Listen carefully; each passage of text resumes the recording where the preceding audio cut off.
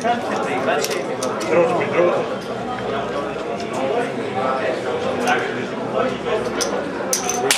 наша хедзъп! Айде!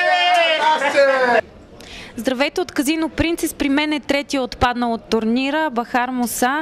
Здравей, Бахар, разкажи ни малко повече за себе си. Здрасти, аз съм Бахар Муса, на 25. Треньор съм в Poker Strategy.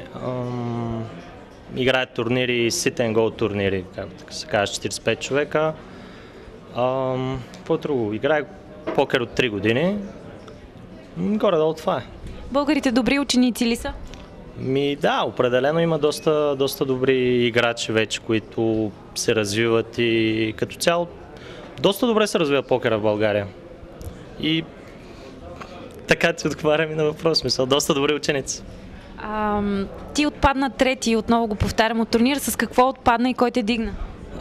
Имах Асаки 10 пики, рейзнах от бутона, имах 25 биг блайнда някъде. Буда Симеон Найденов, мисля, че беше. Той ме вкарал all-in, което за мен си е лесен кол, понеже Асаки 10 е доста добре срещу неговия рейндж, когато той ме пушне. За моя радост той беше с Асаки 5, където в крайна сметка на ривъра му влезе петица и отпаднах. А това най-големият турнир на живо ли е, който си играл? Да, това е най-големият турнир на живо. Като цяло аз играя най-вече онлайн. Всъщност от скоро време почнах да играя малко по-често на живо.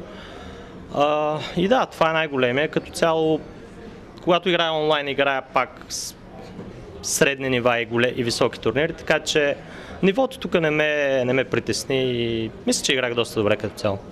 Благодаря ти за интервюто и успех ти желая. Мерси много.